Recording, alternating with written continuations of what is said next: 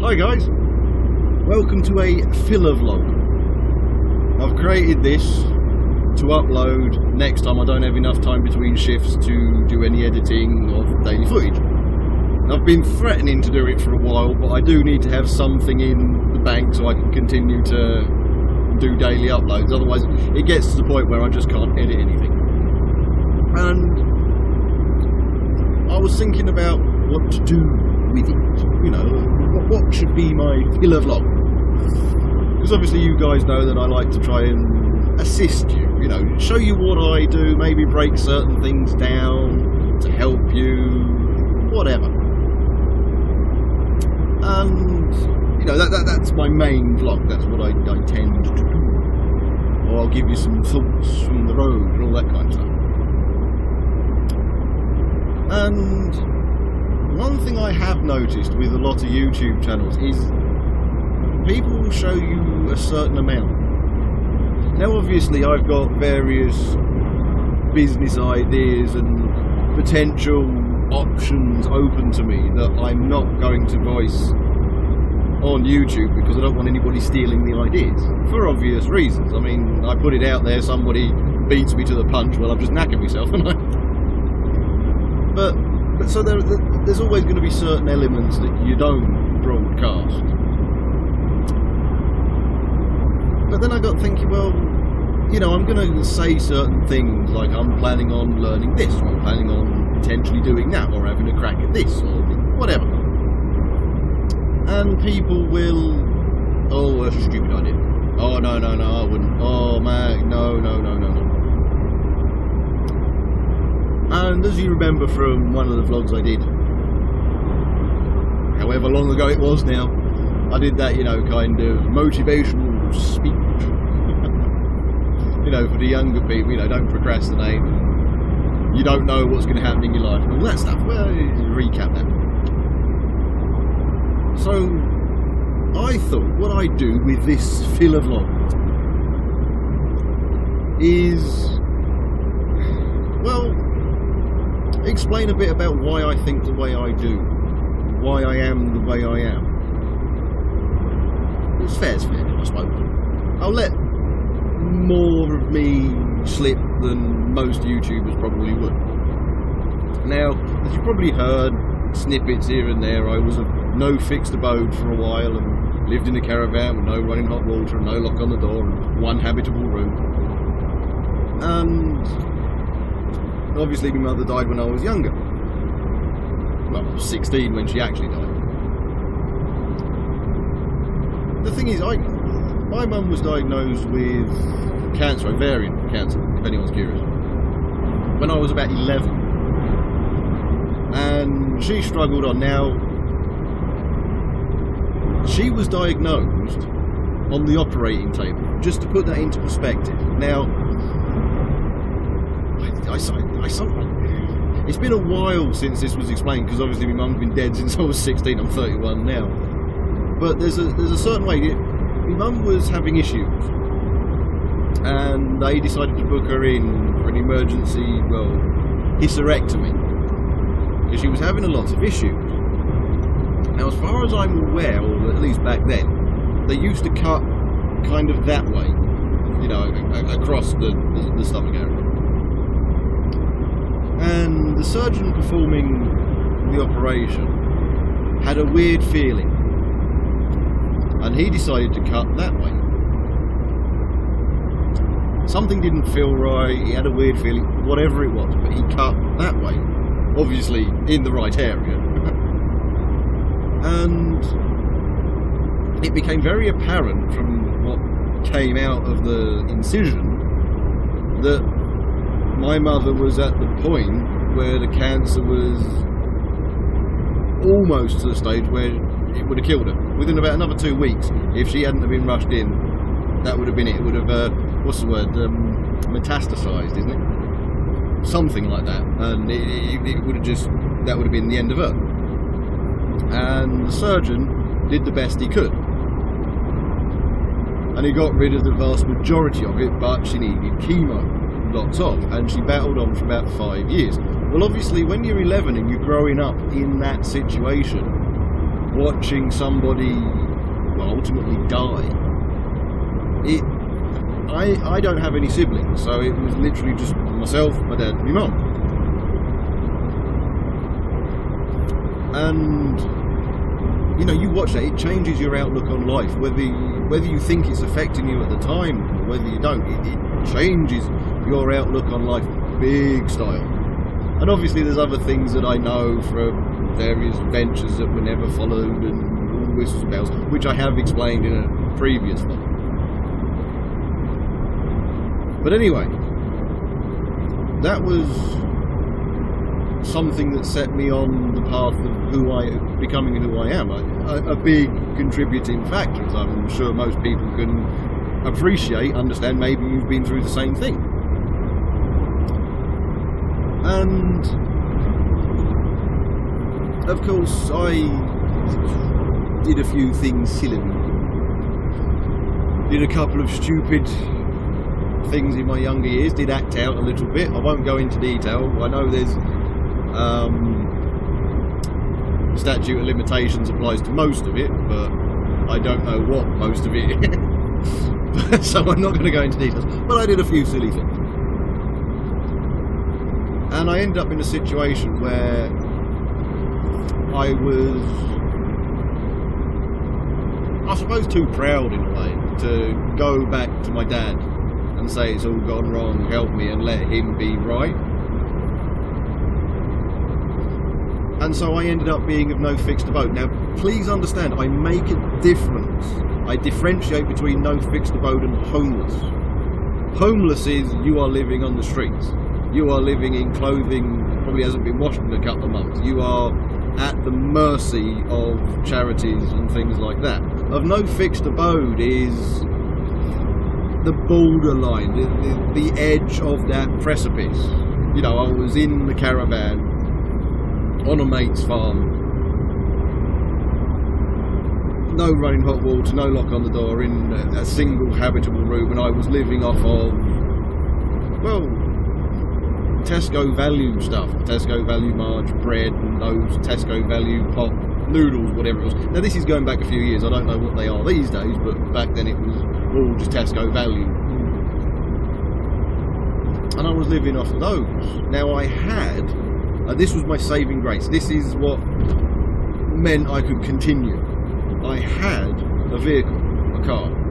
It was a massive part of crap. It was a 1.1 Fiesta, and number 2 piston was just knackered. I mean, I was changing number 2 spark plug every week.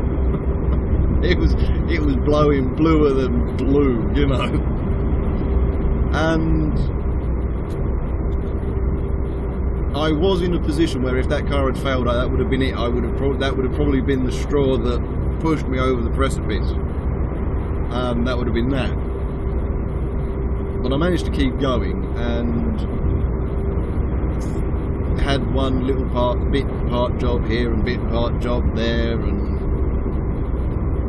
just everything you can think of was being thrown at me at once. And a lot of people will probably sit there and think, well, why the hell do you buy new cars? You know, what a waste of money. What a moron. Buying a new car, the depreciation on those things, what the hell?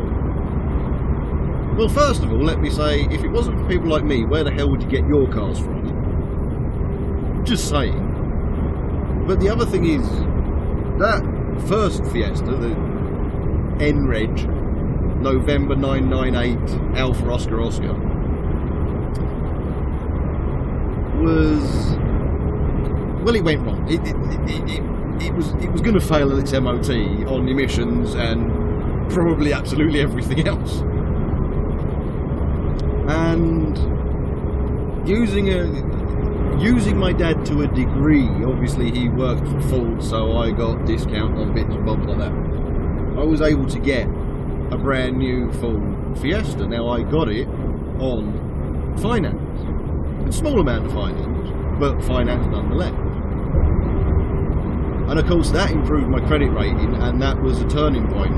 All of a sudden I had a reliable car, I could commute further, I could go for a different job in a different area and earn the better money. and I could rely on my car, and of course my credit rating was going up because I had a car on finance, which allowed me to get which allowed me to get credit cards, which allowed me to get loans, which got me out of the situation I am in, and I've never forgot that. So I do tend to, for work anyway, get new cars. But the thing is, I've been in that situation where one slight, tiny thing, coupled with my selfish, ignorant pride and young, know everything, know nothing attitude, could have had me living properly homeless. And witnessing what I witnessed when I was growing up, with no siblings to turn to, and that kind of thing, and none of my friends were going through anything even remotely similar, so no one to realistically talk to, just myself. Made me sound more psychotic than I was hoping that was going to make me sound, but who knows. It gave me this kind of, you got one shot, go for it. But I still held back, I still procrastinated for years. I still, I didn't go and do this because of that, I didn't go and do that because of this. There was always something. Oh, it's a stupid idea, oh well, move. And eventually it just got to a head last year, as I explained in a previous vlog. And I just realised the stupidity and just the complete idiocy of stopping myself. When you look back on your life of what you've had, and you realise you were struggling on what was basic minimum wage, you were struggling on really crap wages, and you didn't know which way was up, and you kept holding off doing your HGVs even though you could have afforded to do it, and your HGVs would have put you on a relatively decent wage compared to what you were on, and got you where I am today. And I could have done that 3 or 4 years earlier, but I didn't. And you start seeing things like that, and you start remembering those thoughts that you had when you were younger about, not procrastinate, about just do it, you got one life, live it, that kind of thing. And something just snapped. Something just gave. Like a lot of people, a lot of truck drivers will turn around and say one day it will just click, reversing a trailer. Well, that was kind of what happened. Life just clicked.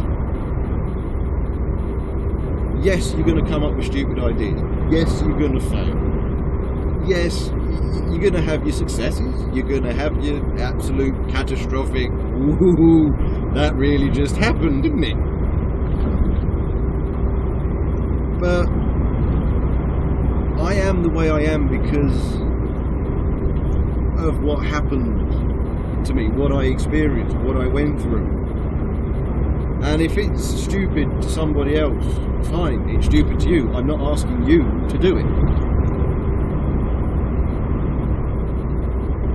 It's like broadcasting myself on YouTube, the ridicule I could get, but if I don't do it, then I'm potentially missing out on what could end up being a potential source of income.